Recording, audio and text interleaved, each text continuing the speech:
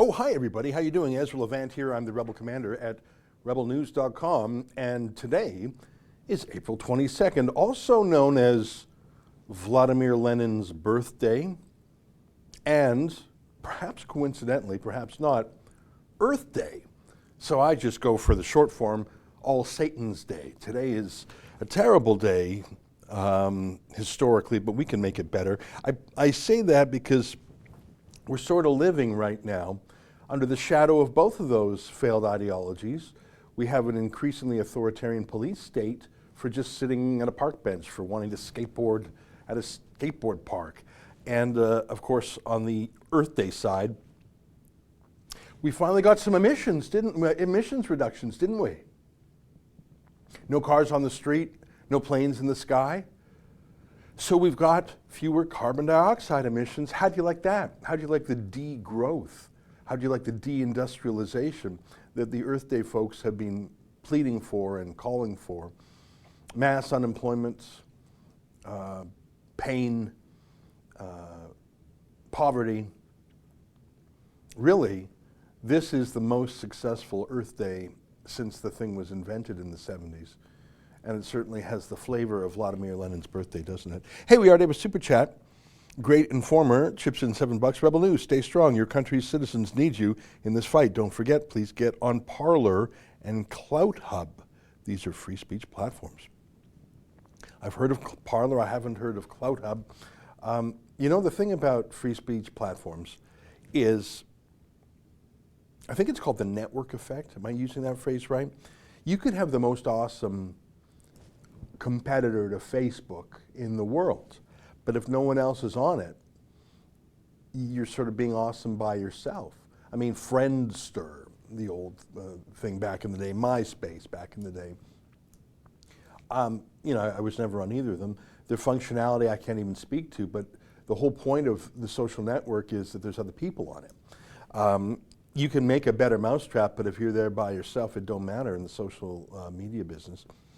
I haven't looked at Gab in years, but I recall when I met the president of Gab one day, he told me that their entire user base at the time was 300,000. It's probably over 1 million now, but that's literally 1/1000th of what Twitter was at the time. I mean, there are individual Twitter users with tens of millions. So you're speaking to a very small group. That's why TikTok is so powerful. It's very addictive and it's very entertaining, but it is the #1 downloaded app in the world, both on Apple and Android, second only to WhatsApp. So that's my response to the invitation to join Parler. I want to talk about other things today. I mentioned that it's Vladimir Lenin's birthday and that we're living in an increasingly authoritarian way. And as I've been telling you a little bit, we have decided to do something about that, because that's what we do here at Rebel News. We don't just report the news, sometimes we get involved with it. And I've seen so many cases in the newspapers and TV, and I bet you have too, remember that case of a dad going rollerblading with his own kids in a park? So this is a family unit, they're all living together, and they just are getting sick of being cooped up, so they go out rollerblading, and he gets, what, an $880 ticket or whatever it was. Outrageous. Cases like that are ubiquitous. In fact, John Tory, can we get the picture of John Tory that we used, that I tweeted the other day? John Tory, the mayor of Toronto, and I mention him because he's one of the worst, and Toronto is the biggest city. He is a serial violator of his own rules. He flew to London for some party right when things were getting extremely serious. So he made a little exemption for himself, and he didn't publicize that he was going away. A reporter, I think it was Sue Ann Levy, or maybe it was Joe Warmington, got the tip, and he was embarrassed because he wasn't following his own rules. And the other day, someone sent me this screenshot of John Tory posing without a mask for a photo op within social distancing limits. Yeah, that one right there. Can you click the photo just to make it a little bit bigger? So everyone else there is wearing a mask, except for that one lady who took it off for the moment. And I don't even see John Tory has a mask. He obviously doesn't live in the same household as those people. Those are, I suppose, important people in the scheme of things. They're nurses or doctors, perhaps. They're on the front line. But no, it's more important that John Tory gets his photo op with them. And you would think it would be actually meaningful if Tory had a photo op with his mask on. You could still identify it was him. The caption would say it was him. You could probably identify him by his eyes and his glasses and his hair. And it actually would send a powerful message, wouldn't it? That John Tory is actually practicing what he preaches. But no. He's so vain, he took his mask off. If you were spotted like that by one of John Tory's cops, you would get a fine. I'm seeing $2 amounts a lot, $880 and $1,200. I don't know if they're under different laws. My point is, that's the man who has specifically ordered the police chief, Mark Saunders, to ratchet up the ticketing. So he has specifically said, give more tickets, but he himself is violating his own rules, just like Justin Trudeau did. When Trudeau crossed the provincial line to go to the cottage to hang out with his estranged wife and their kids at Harrington Lake. So in 3 ways he broke the rules. Crossed over a provincial line, went to the cottage, hung out with a different household, and by the way, there was another law against going into the national park of Gatineau, provincial park, which he did as well. But he's different. I see some more super chats coming in. Bob the Monk, $10. I'm so proud of Trudeau. He plays fetch for China. Go get me some personal protective equipment, good boy. We'll come back to that later. Just unbelievable. Let's get that clip of Ahmed Hassan talking about the plane. I don't know if you know the clip I'm talking about. It was Evan Solomon interviewing Ahmed Hassan. $10, Sneaky Beaver, $10. What is your take about the way Quebec counts its cases? I think provinces have different ways to identify cases. My point, do you think Quebec superinflates their number so we get most help once more? You know, it could be. I showed the other day that every case in the U.S. state of Nebraska is good for $300,000 of federal money. And I don't care who you are. If you are a nurse, a doctor, a clerk, a manager, in a business, and healthcare is a business, and you know that calling something a coronavirus case gets you $300,000 and saying, oh, this guy died of a heart attack, oh, and wouldn't you know it, he also had coronavirus. If you say that was a heart attack, you get nothing. If you say that was coronavirus, you get $300,000. You'd have to be pretty unusual not to tick the box that said coronavirus. Not a banned account, $1.99. Has Trudeau apologized to China for the virus news? You know, that's so funny. That's so funny. He sent a sternly worded apology. Yeah, you're exactly right. I think I've caught up on the super chats. Even if not, I know my friends in the control booth will send me them. But I started talking about these outrageous cases. And, you know, in the journalism business, you write about interesting things. That's what you try and do. You write about news as opposed to olds. And this is new, this overreach, this cops out of control. Do we have David Menzies' Macmillan store video lined up? So in, I think it's Woodstock, Ontario, which is about an hour or so outside of Toronto, there's a corner store, and it's run by a mom and dad. And, well, how about I let David Menzies do the talking? Take a look at this.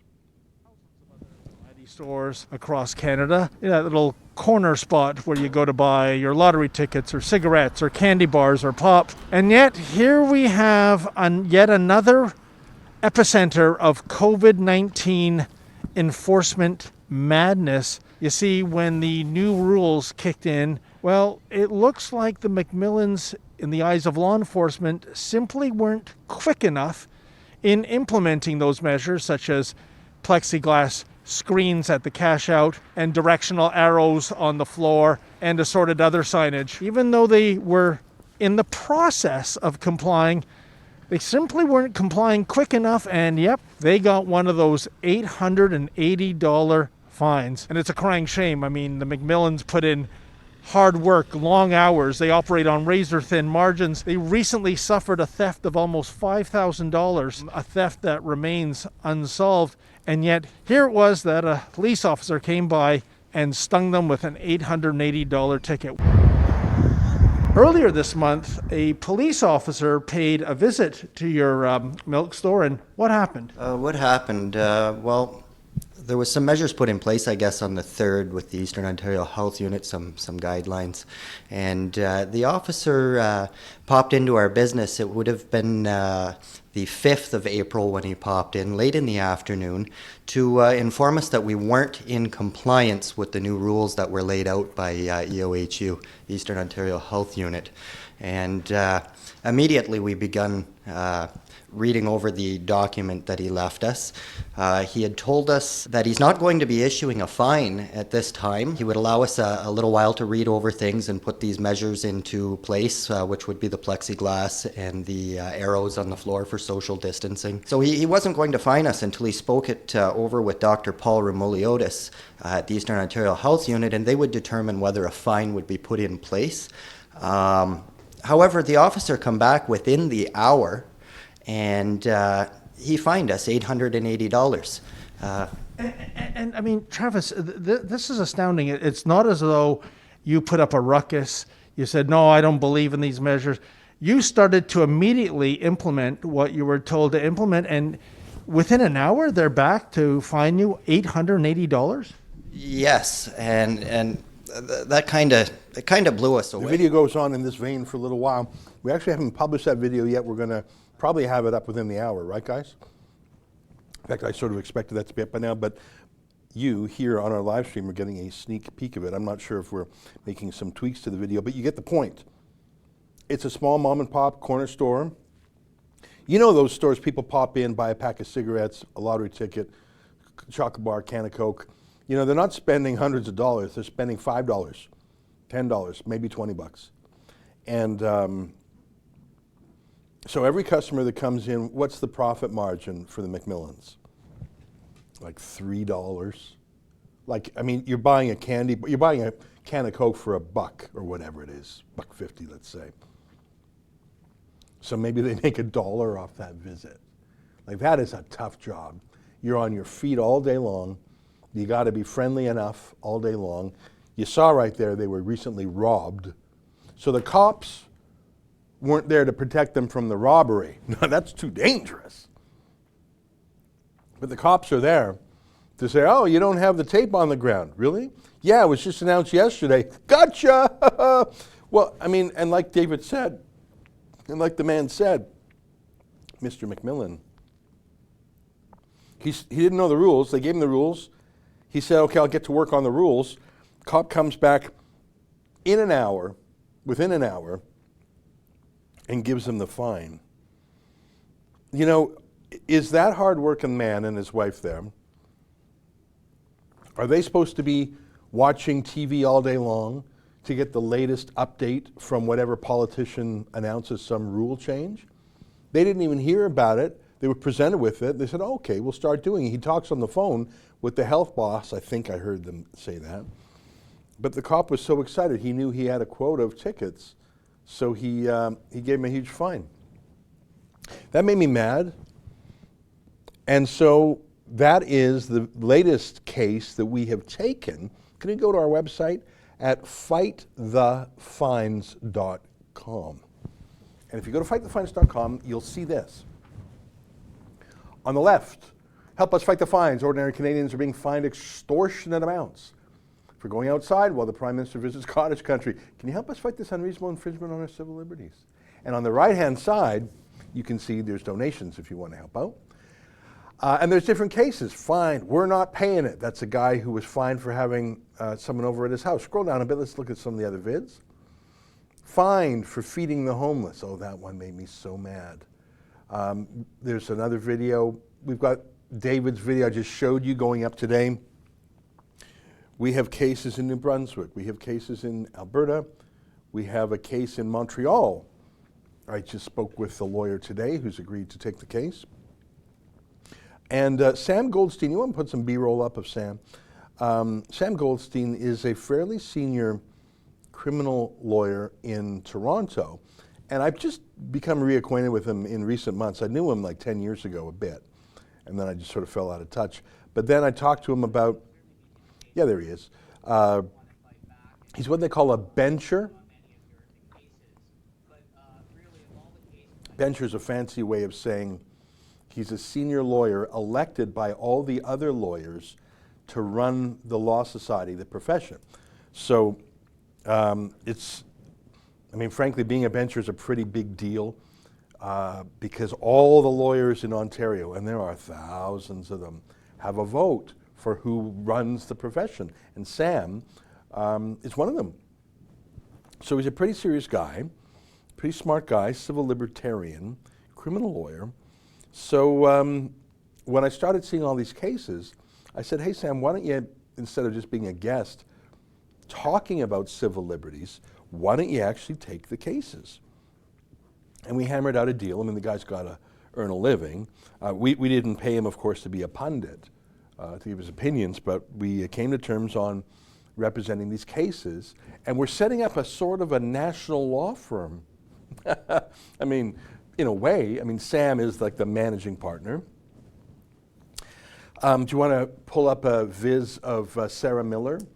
That's a lawyer in Calgary we retained. She is representing the Calgary case of a pastor who was feeding the homeless and got a huge ticket there. I spoke today to a lawyer in Montreal.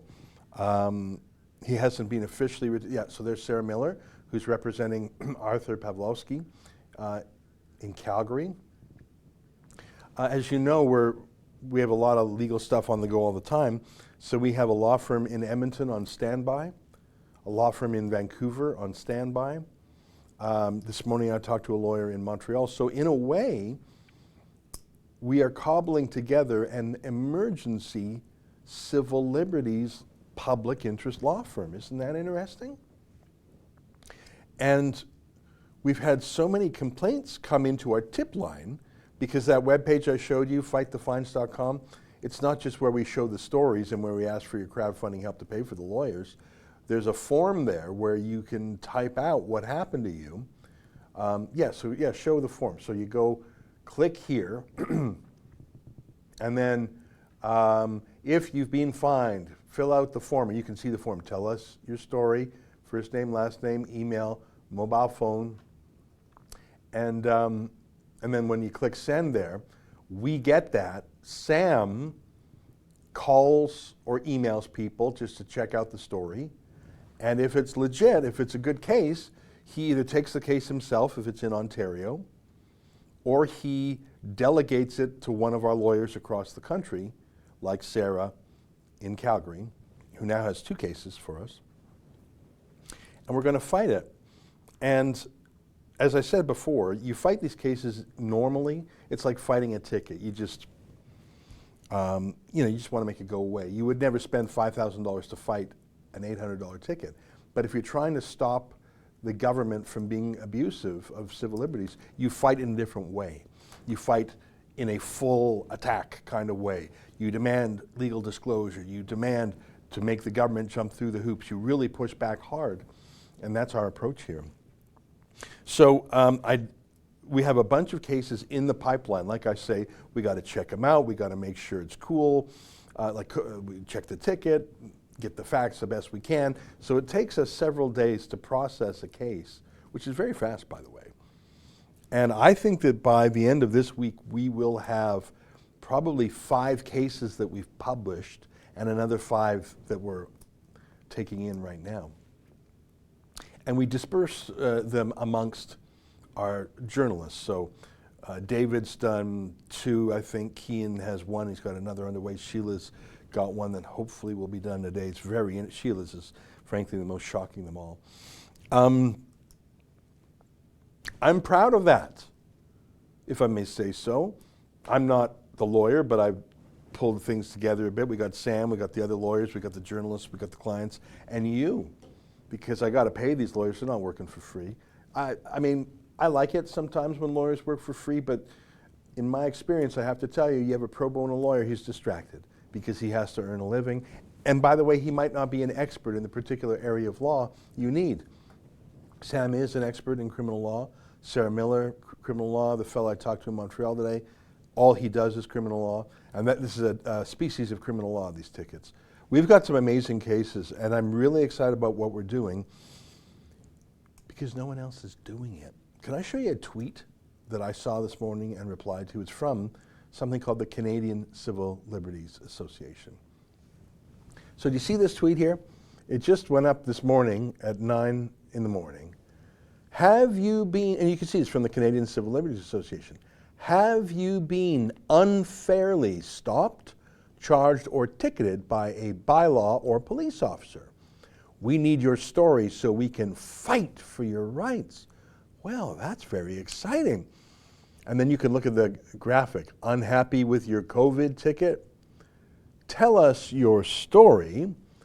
We're here to fight for your freedom. Hey, that's my line. We're here to fight for your freedom. So the word fight is in this tweet twice.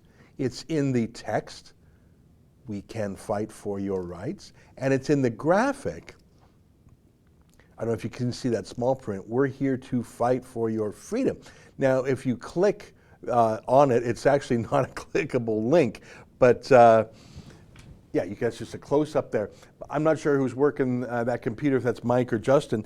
Can you go to ccla.org/coronavirus, which is, I think, the link there? Yeah, perfect. So if you actually, it's not a clickable link, which is weird. They're sort of boomerish over there. So here's what you get when you go to that. You can see this is on their website, CCLA, that's Canadian Civil Liberties Association, intake form for COVID-19 tickets and offenses. Okay, well, we have an intake form too, right? I just showed you ours. We at the Canadian Civil Liberties Association, can you pump the size up just one? Thank you. I want to hear from you, from people who've been stopped for information, receive tickets, charges, fines, or other penalties for failing to comply with new COVID rules. The good news. Hey guys, I got good news for you. What, are you going to give me a free lawyer?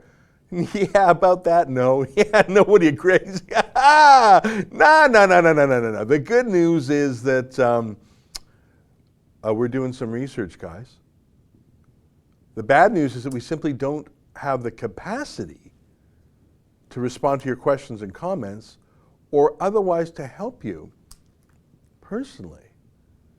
At the end of this message are some resources that might be able to help. Oh, I thought you said you were going to fight for me. In fact, didn't your tweet use the word fight twice? You were going to fight for us? So what are you going to do?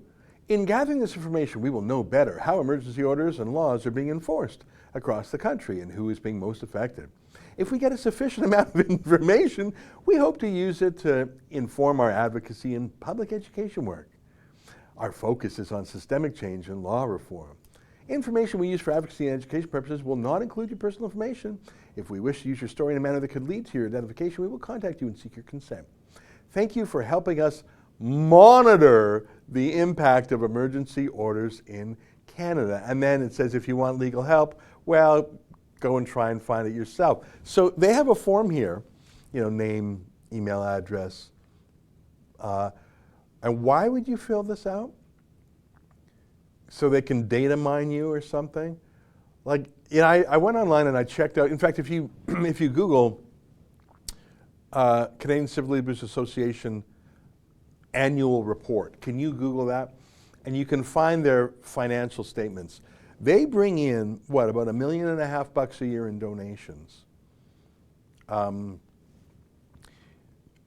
most of their lawyers work pro bono. That's Latin for free. So they're saying they don't have the capacity to help? They're going to make like a scrapbook? Hey guys, we'd love to help, but we just don't have the capacity. What are you talking about? That's your only capacity. That is your only purpose. You are put on this world. You were given a charitable tax receipt. Your mission statement is to help fight for civil liberties. It's your middle name. Canadian Civil Liberties Association. It's what you do. Hey guys, sorry, we're just so busy these days.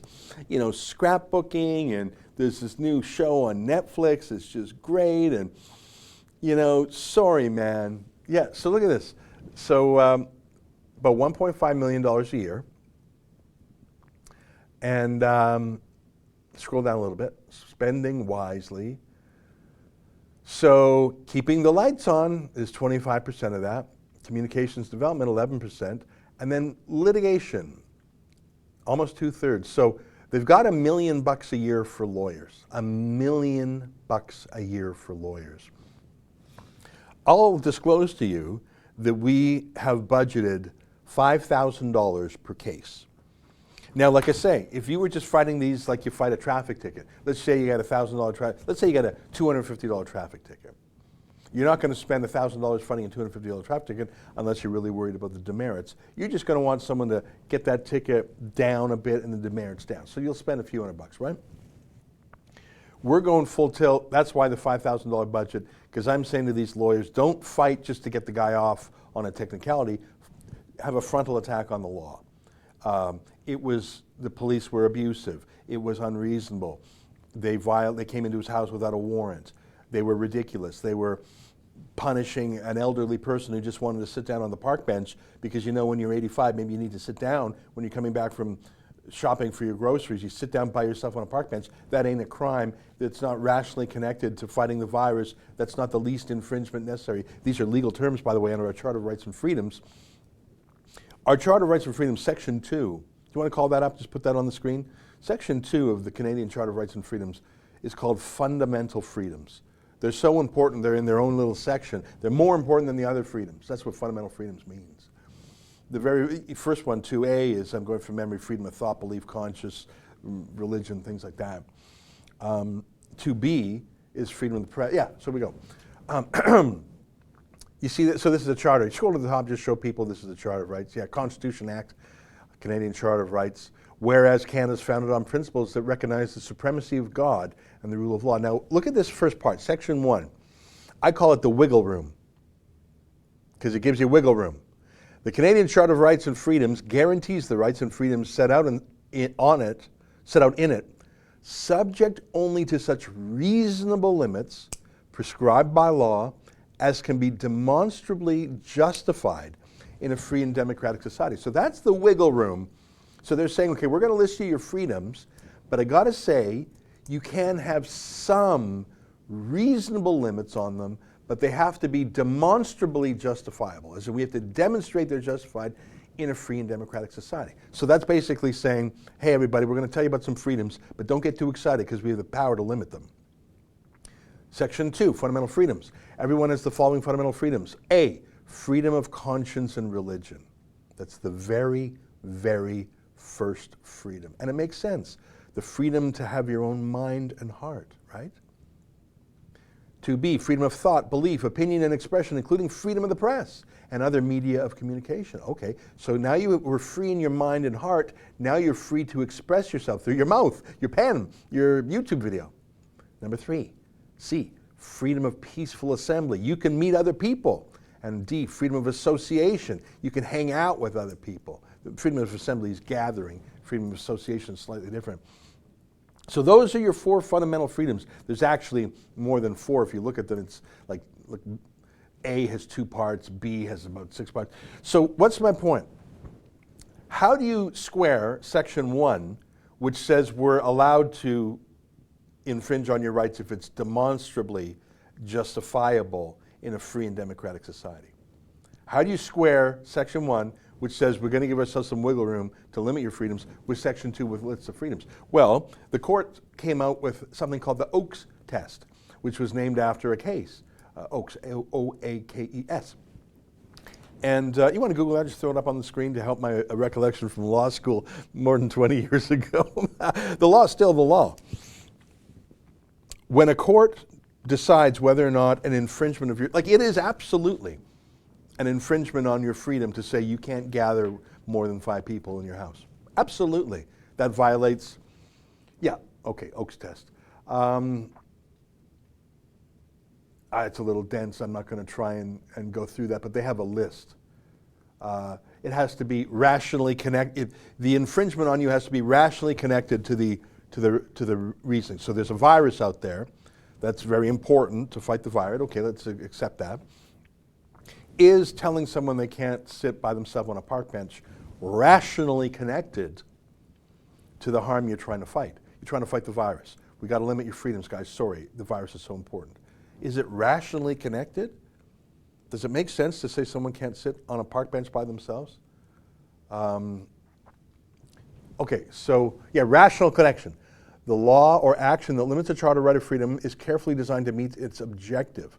Now, this isn't the exact wording from the law, but it's good enough. Minimal impairment. The law or action should achieve its objective while impairing the rights or freedoms as little as possible. If there is an alternative method of achieving the objective that causes less harm to rights, that alternative may be a better option. And proportionality. The benefits gained by meeting the objective should outweigh the harms. So that's your Oakes test. Thanks very much for finding that. So my point is, let's say a cop comes and says, you're sitting on a park bench. Here's an $880 ticket. I think that fails every one of the Oakes tests, don't you think? How is that rationally connected to fighting the virus? Like, why don't you say you're not allowed to wear a blue shirt? That's just, how's that rationally connected? How's sitting on a park bench by myself connected to the virus? There's no connection. Sorry, it's just, it's what we call a non sequitur, if I could drop some more Latin on you. What was the other one? Minimal impairment. So we're going to find a way to handle this that does the least harm to your freedoms of possible. And proportionality, you know, by not getting you to sit on that park bench, have we made any dent in this thing at all? That would be one way to look at that. So that's a very, very long way of saying we're going to fight the hell out of these tickets. Sometimes we'll use a charter challenge. I've just described to you how that might work. Sometimes we'll ask for disclosure, like if a cop's doing it, let's get the body cam footage. How was the cop's conduct?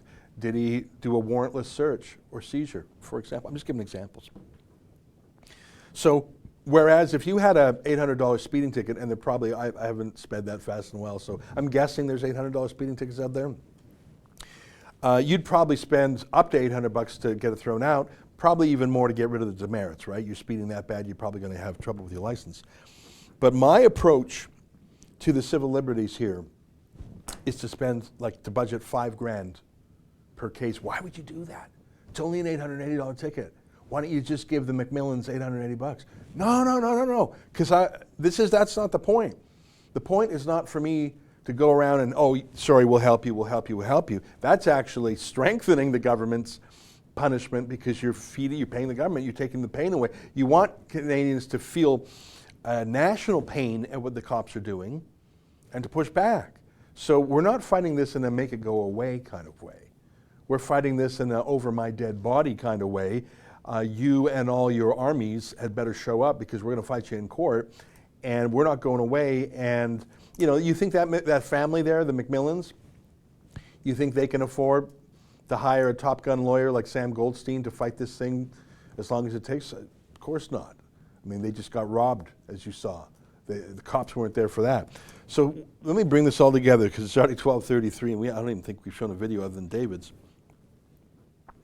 The Canadian Civil Liberties Association, Civil Liberties is their middle name, has just told you they don't plan to lift a finger in the gravest civil liberties crisis in this country since the October FLQ crisis some 50 years ago. It is the worst civil liberties crisis in the country in 50 years. And the folks who get $1.5 million a year to fight it say they don't have any resources. What does that mean? In fact, I got to tell you, I was talking to Sam, I was talking to some of the other lawyers. They're sitting at home just like you and me. So they got actually more time because the courts aren't really open right now. So of course they got time to take a case, talk on the phone, type something up, send it in. In fact, and of course the Civil Liberties Association, they generally don't pay lawyers to fight because there's lawyers all over this country willing to work pro bono for them. I don't know about for us. I don't have time to mess around finding a pro bono lawyer. I need a lawyer now. I find it excruciating that the so-called Civil Liberties Association says they don't have the resources to take a single case. But go back to their tweet again. But they know that they should be ashamed of that. And so the best they can do is to fib. I'm sorry, this is a fib. I read to you their entire notice on what they're going to do. Have you been unfairly stopped, charged, or ticketed by a bylaw or police officer? We need your story so we can fight for your rights. Yeah, mate, I'm putting my story in your diary. Dear diary, today I met a man who was unfairly treated. he was beaten over the head with a billy club because he was sitting on a park bench with his doggie. What a terrible case. Oh well, back to Netflix. Sorry, that ain't fighting for your rights. And look at what's on the graphic itself. We're here to fight for your freedom. Sorry, making a scrapbook is not fighting for freedom. That would be like a doctor saying, hey, you're a patient, you got a really bad ailment. I'm just going to take notes here, and I'm here to perform the autopsy afterwards, so we'll know how to maybe do something in the future. Yeah, no, mate, I need a doctor to get better now. I don't need a doctor who's actually a, what's that called? The forensic mortician, the coroner. I don't need a coroner to do an after-the-fact autopsy. That's what the Civil Liberties Association is. That is so pitiful. I'm sorry. But how fitting. Canada's media party doesn't particularly do any accountability journalism anymore. So why should Canada's Civil Liberties Association do any civil liberties anymore? But I must say that along with our viewers, we are filling the gap as best as we can. Let's do some super chats. Truby D, 44, $50. That's very nice, thank you. Have you ever met Dennis Prager from PragerU? If so, have you ever talked about the way the world is going, and do you two agree mostly? Could there ever be a collaboration? Well, that's very friendly. I think I've been on his radio show once. That was years ago.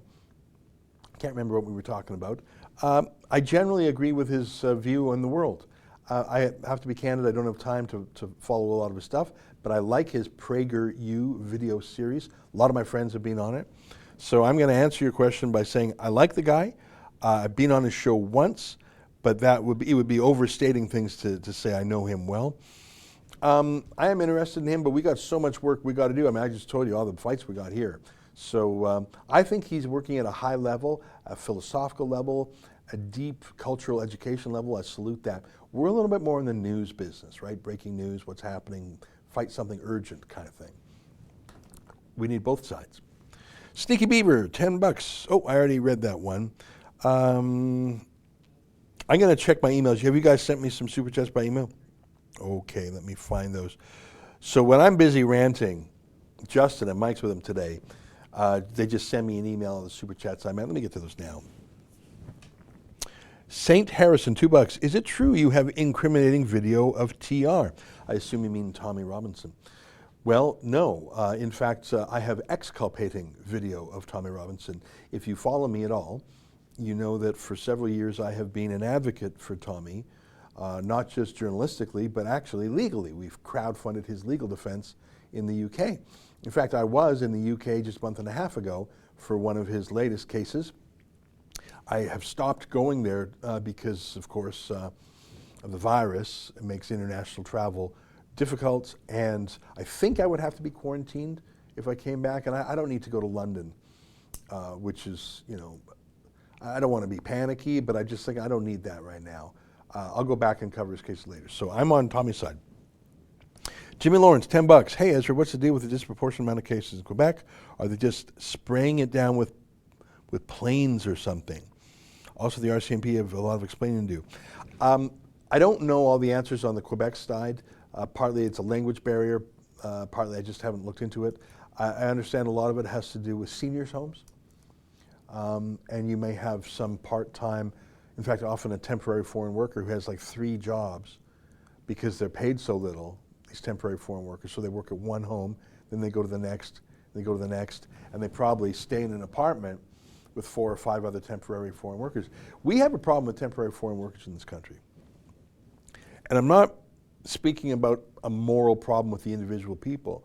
We probably all know temporary foreign workers are very good people, very hardworking. Tim Hortons, the coffee chain, I used to be friends with a guy who had 5 of them. He said he couldn't operate without temporary foreign workers because he said at the time that he couldn't get Canadians to work for those prices. Maybe, but I tell you right now, with 2 million unemployed people, I bet there's a lineup of Canadian citizens who would work. And I want to say one more thing. And I was thinking about the Cargill plant. Cargill is America's largest privately held company. It's like over $100 billion a year in annual revenues. They are a agricultural company, and they have the biggest slaughterhouse in Alberta in High River. They have 2,000 employees. They slaughter 4,500 cattle a day. If you're eating meat from Alberta, odds are it came from there. But most of those 2,000 employees are temporary foreign workers. Okay, so Cargill, a huge international company based in the States. So let's say it's saving saving $20 an hour. Let's say to get some Alberta boy to work in a slaughterhouse, it's hard physical labor, and you need some skills. You got to operate the tools. It's not comfortable work. It's not work I would want to do. Let's say you got to pay a Canadian $10 more than you pay someone you bring in from overseas. Maybe you got to pay him $20 more. My math tells me if you've got 2,000 employees in a facility that processes 4,500 cattle a day, just simple math here, that means every employee proportionately processes 2 whole cows a day into hamburgers. And let's say you have to pay a Canadian an extra $20 an hour. Let's say that's the gap. That's how, and I don't believe that these days. Unemployment is so bad in Alberta, I don't believe you've got a bunch of Alberta men turning up their noses at a job that would pay $30 an hour. That's 60 grand a year. But let's say you got to pay $50 an hour.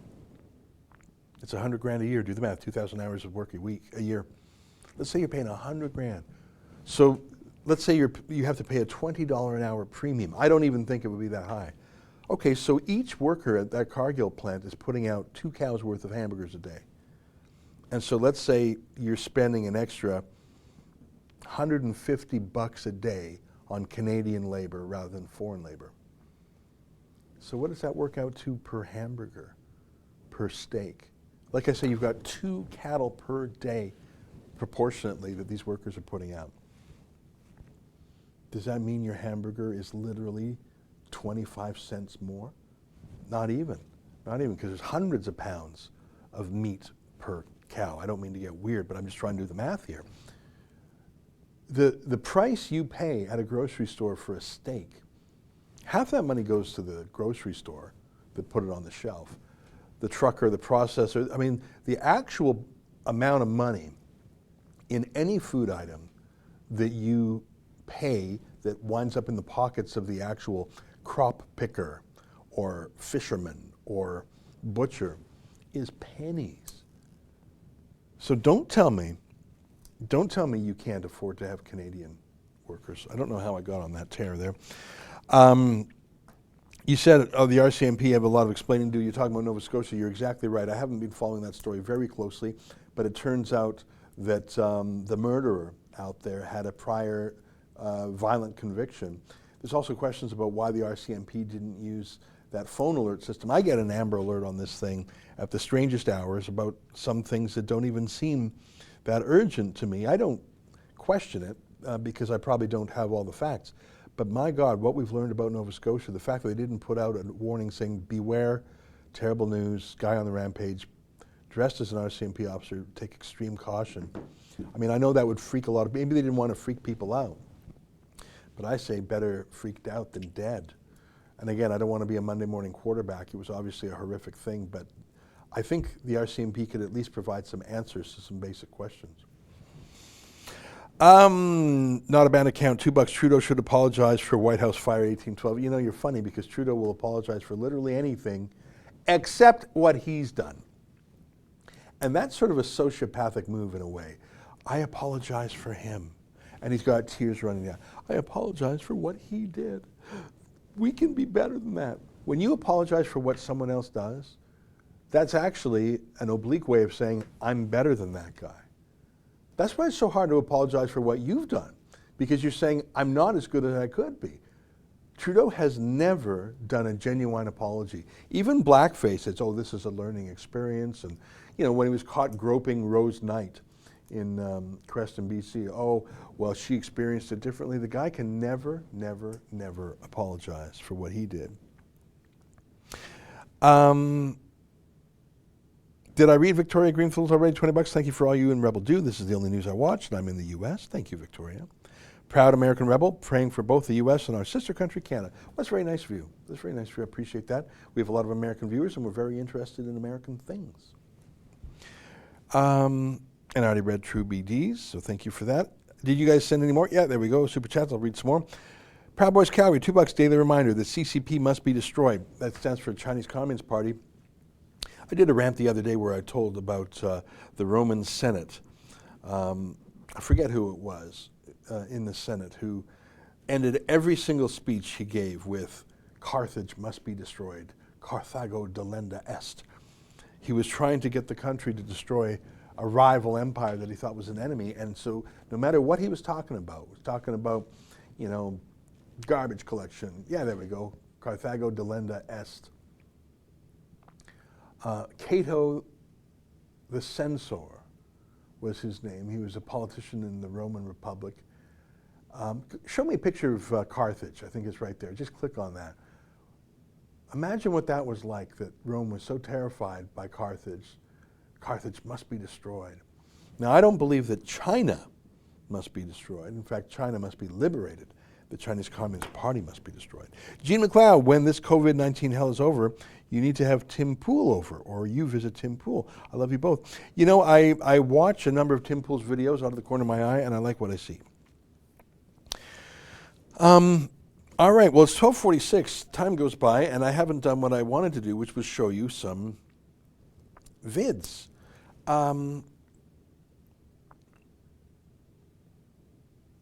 You know, I saw this video of it's the credit assurance video. You know, I saw Harvard. You know, Harvard has a $41 billion endowment. Harvard is the richest university in America, maybe the world. Pretty much everyone who goes there is rich, and if you're not rich when you walk in, you'll be rich when you walk out. Everyone wants to hire a Harvard grad. Harvard Law, Harvard Business School. It's a fine institution, but it has all the money. So imagine the U.S. Congress sending $9 million to Harvard to get through these tough times. What are you doing? What are you doing? Why are you sending it to Harvard? Why don't you just send it to Bill Gates himself? So I was thinking of that. I was thinking of all these celebrities, and I came across this video on Twitter. I don't know who this woman is, and I didn't know what to make of it at first. It took me a little while to understand. But I think this is something we can keep in mind about what has happened with this shutdown. There have been deaths because of the virus, and I think America is having a worse go of it, at least in New York City, than Canada. And I don't know the reason for that. In Canada, we see clusters. We see a huge virus cluster at Cargill. That was the point I was trying to make earlier. I think, 500 cases at that one meat packing plant? That's crazy. So there are clusters like that. I don't quite understand it yet. But I think it will be the fact that more Americans and Canadians and Europeans have been harmed, including dead, by the reaction to the pandemic than the pandemic itself. Here, look at this lady. Hey y'all, it's your girl Simply Chanel. Have y'all been checking out these videos from all these rich celebrities talking about we all in together? No, we not. No, we not. Beyonce, to the left, to the left. Taylor Swift, you better not sing another note talking about it's going to all get better soon, because for the thousands of people who done took a car loan out through this company, Credit Acceptance, it ain't finna get better, because they all in. They all in about getting their money. So what, your mama got coronavirus? You better run that car note in. So what, you lost your job? You better find a way to get that car note to us, because they want their money. You're out here taking people's stimulus check. You done repossessed the car, and now you're still suing me for the money?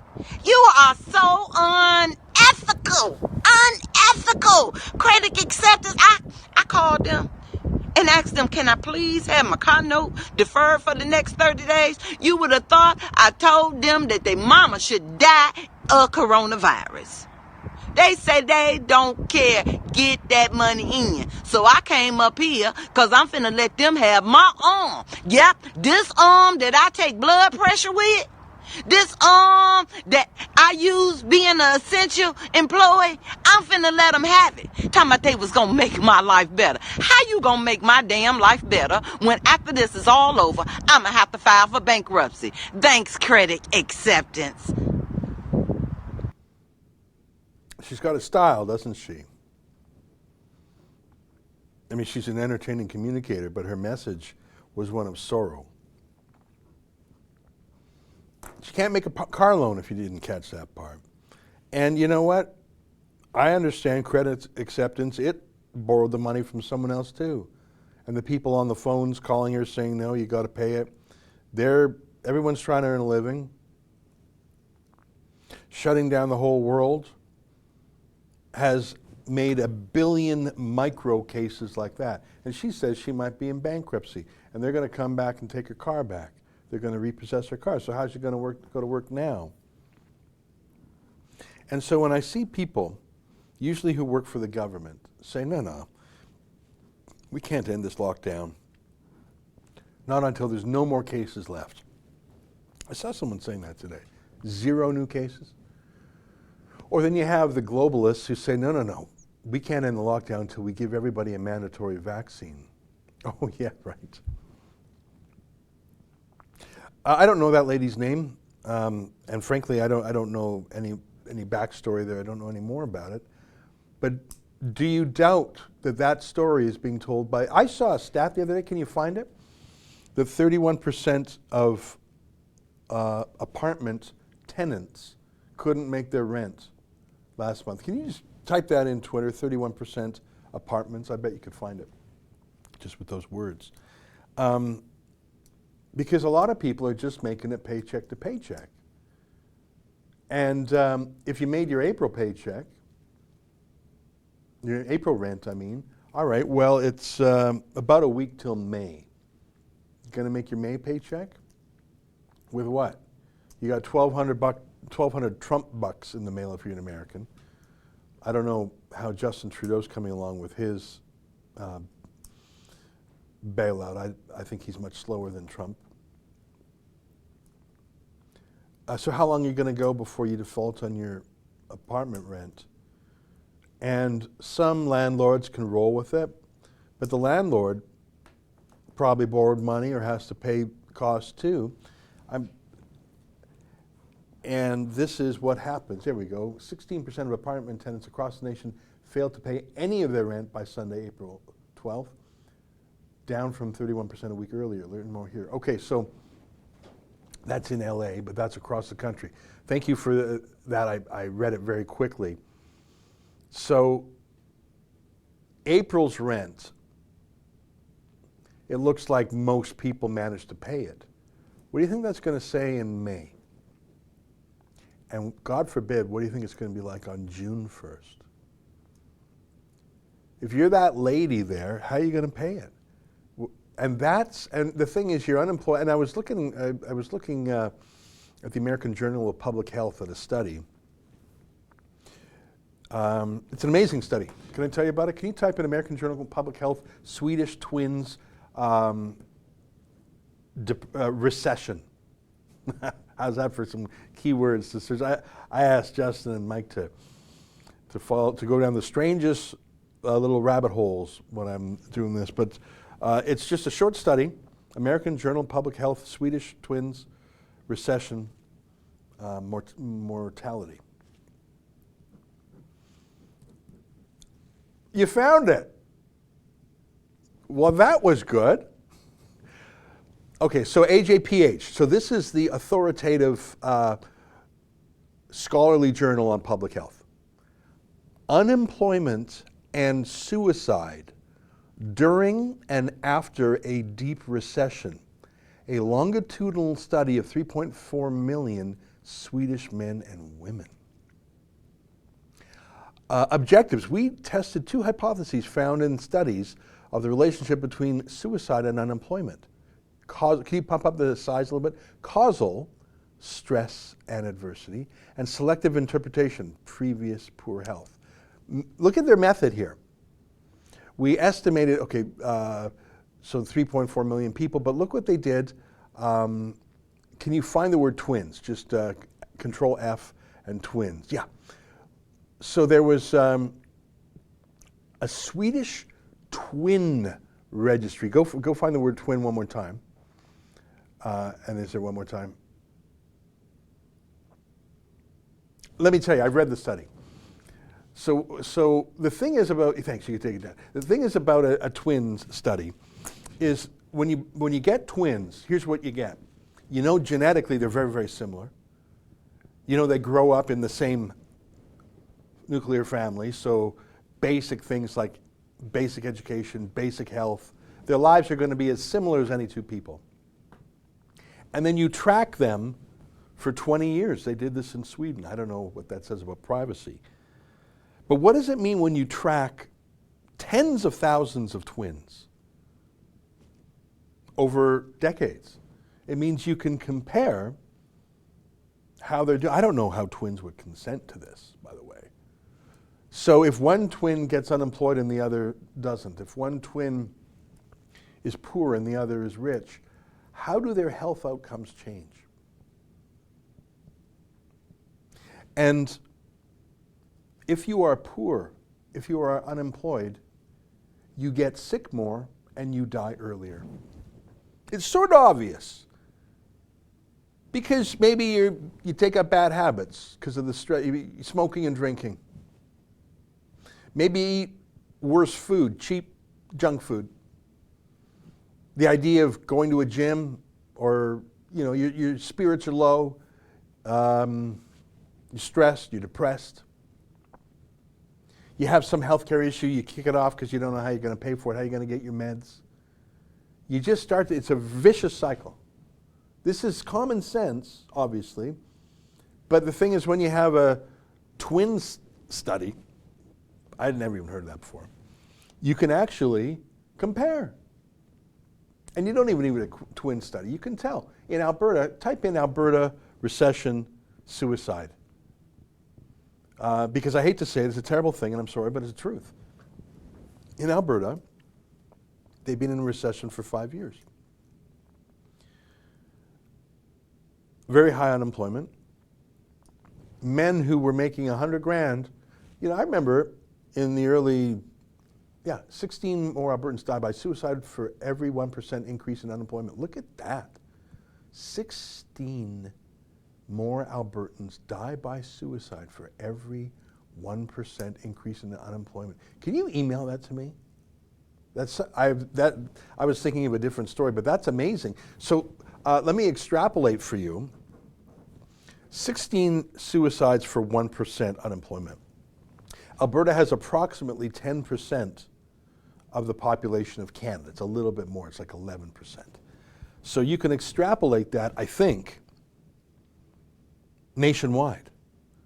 So for every percent unemployment, you have 160 suicides, right? You just saw the headline there. That was actually an interesting story. I hadn't read that one yet. I was thinking of a CBC story, but that was a good one. That was in the Toronto Star, right? 1% unemployment goes up, 16 more suicides. Of course. It's not hard to intuit. So extrapolate that nationwide. Yeah, it's a common story. 17 more Albertans die. Okay, so 17, 16, whatever. It's a terrible, terrible thing. And so there's got to be hundreds more. Okay, so let's get back to the extrapolation. So if it's 16 in Alberta for 1%, that would be like, let's just say 150 nationwide, right? Because Alberta is slightly more than 10% of the population. So there's no reason I can think of why that Alberta measurement wouldn't extrapolate nationwide. So for every 1% increase of unemployment, you have 160 suicides. Are you with me so far? If in Alberta 1% increase in unemployment leads 16 suicides, tenfold population, tenfold suicides, 160 nationwide for 1% increase. But what increase have we seen? We haven't seen the formal unemployment numbers yet.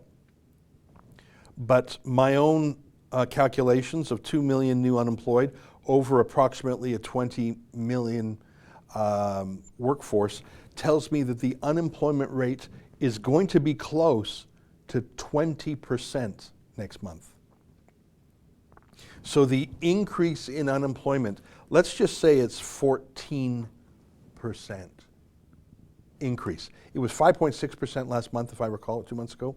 I think it's going to hit 20%. Let me do the math here. I'm just going to do the math on my calculator because I don't want to get it wrong. Using the Alberta stats,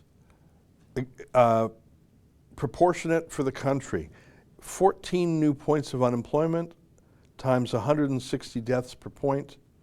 My math says 2,240 deaths by suicide for a 14% jump of unemployment. Hey, call up the number of deaths from the virus. Just type in COVID deaths Canada. It's less than this. It's less than this. And this is the outright suicides. What about depression? What about divorce? Yeah, 1,834 deaths. And of course, each one is a tragedy. But what I just showed you, and I think you can accept my rough math, is that the unemployment through suicide alone will be just as deadly as the virus. And we're not even talking about countless cases like that woman in front of the credit assurance acceptance car credit place, who will just have a sad life, an unhappy life, a stressful life. Maybe she was going to get married and have kids. Maybe she was going to do this or that, and her dreams are on hold now. So anyone who says, no, we got to stay in the lockdown, odds are they have a job that still pays. Odds are they have a job that you can do from home. Most people can't do a job from home. A lot of people work in a retail store in a mall. How do you do that from home? A lot of people work as a bartender, waitress, waiter, hostess, dishwasher in a restaurant. How do you do that from home? There are some jobs like delivery man, and some restaurants are still making a go of it through like DoorDash or Uber Eats or whatever, sure. But what about the 2 million Canadians and the 22 Americans who can't work from home? If you want this lockdown to continue, you'd better have an answer for that, I think. All right, my friends, it's 1:03 p.m. and I really didn't get through many of my videos. I just talked instead. I hope you don't mind. Did I miss any Super Chats? Nope. I didn't even explain the Super Chats, but I think you guys know what they are.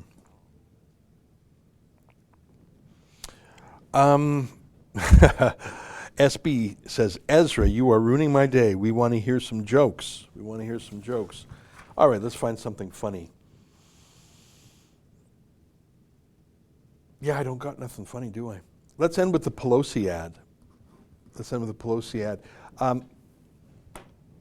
Take a look at this ad that the Republicans put out 2 days ago. We turn now to that $350 billion fund to help small businesses and its workers get through the shutdown. It will be up to Congress to restock it. But Democrats blocking that move this morning. They asked for $250 billion in 48 hours. I said, well, I don't think so. They objected, and I congratulate the Senate Democrats. Speaker Pelosi, what are you going to share with us from your home? Chocolate candy. Thousands have been forced to wait for hours at food banks all across the country. This is chocolate, and then we have some other chocolate here. We just got it restocked with the ice cream. You don't want to eat up everything all at one time. I can't do it much longer. I'm trying so hard. We were, shall we say, enjoying. Having to admit that, we're starving, and I like it better than anything else. Taping this segment, there are 22 million people out of work. This specific program is about stopping job losses today. This is hurting people bad. Other people in our family look for some other flavors, but right now it's survival move. You don't know where that next something else is going to come from. I don't know what I would have done if ice cream were not invented.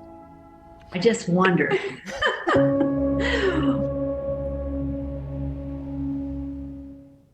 Yeah, that's going to knock the Botox out of Nancy for a bit, don't you think? Sorry, I'll try and be funnier on my next show. I hope you tune in tonight. Every day at 8 p.m. Eastern Time, I have a produced show. It's a monologue, and I interview a guest. Who's our guest today? Pardon me? Oh, Manny Montenegrino. Yeah, Manny Montenegrino is going to be on. We're going to be talking about the 500th day of incarceration for the two Canadian hostages kidnapped by China, Michael Kovrig and Michael Spavor. Hey, I got a question for you. And it's 1:05, so I'm going to go really quick. I told you today is Vladimir Lenin's birthday. It's Earth Day. And it is also the 500th day anniversary of the two Canadian hostages in Beijing. Which of those three things do you think Justin Trudeau is going to commemorate publicly? Well, we'll find out. The day is still young. My friends, that's it for today. On behalf of all of us here at Rebel World Headquarters, to you at home, goodbye, and keep fighting for freedom.